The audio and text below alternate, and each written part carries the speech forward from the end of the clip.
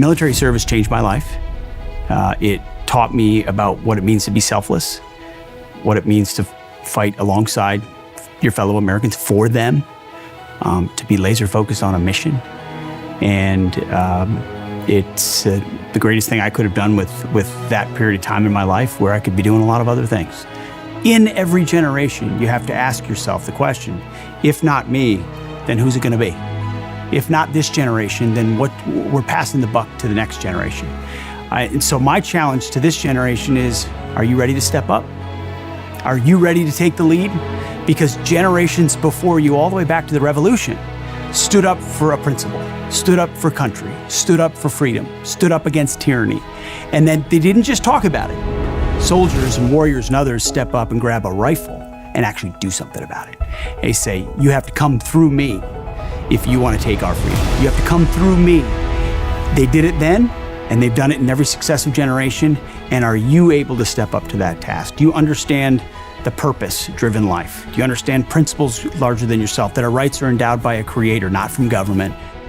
You don't have freedom without those willing to defend it. Part of the reason you should serve today is that we're getting back to basics. And one of those basics is the warrior ethos. We're not doing the politically correct, social justice, ideological stuff that previous administrations did.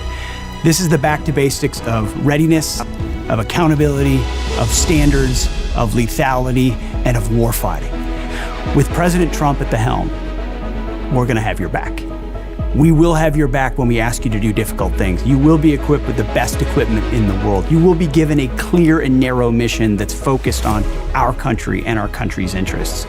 To be strong, to be tough, to be selfless, to be courageous, to be determined. Those are principles of the warrior ethos, to finish the fight. We need that instilled in the veins of our warrior class of Americans who are willing to do really tough, really difficult things, and not because they're going to get a medal for it or they're going to be famous because of it, but it's because of the integrity and honor and duty that they have inside them that makes them a warrior.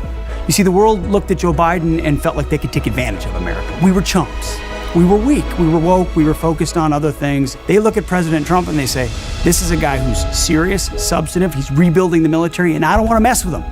Because if I go sideways on America, I might just get the business end. So the revival of the American spirit you see most directly in the revival of recruiting numbers. I mean, it was in the tank under Joe Biden, and now it's at historic highs. Tell me what changed. What changed is President Trump. What changed is belief in America. What changed is the military knows he has their back. The spirit is back, and you feel it. You feel it in the ranks. I get a chance to go see our troops. They're excited. They're proud to wear the uniform. It means a little more to them, knowing the kind of leadership that they have. And that spirit obviously culminates at the 4th of July on Independence Day, when we all celebrate our country. That's the kind of spirit that President Trump has revived. This we will defend. That's the motto of the Army. He's revived that spirit. There's no such thing as over the top on the 4th of July.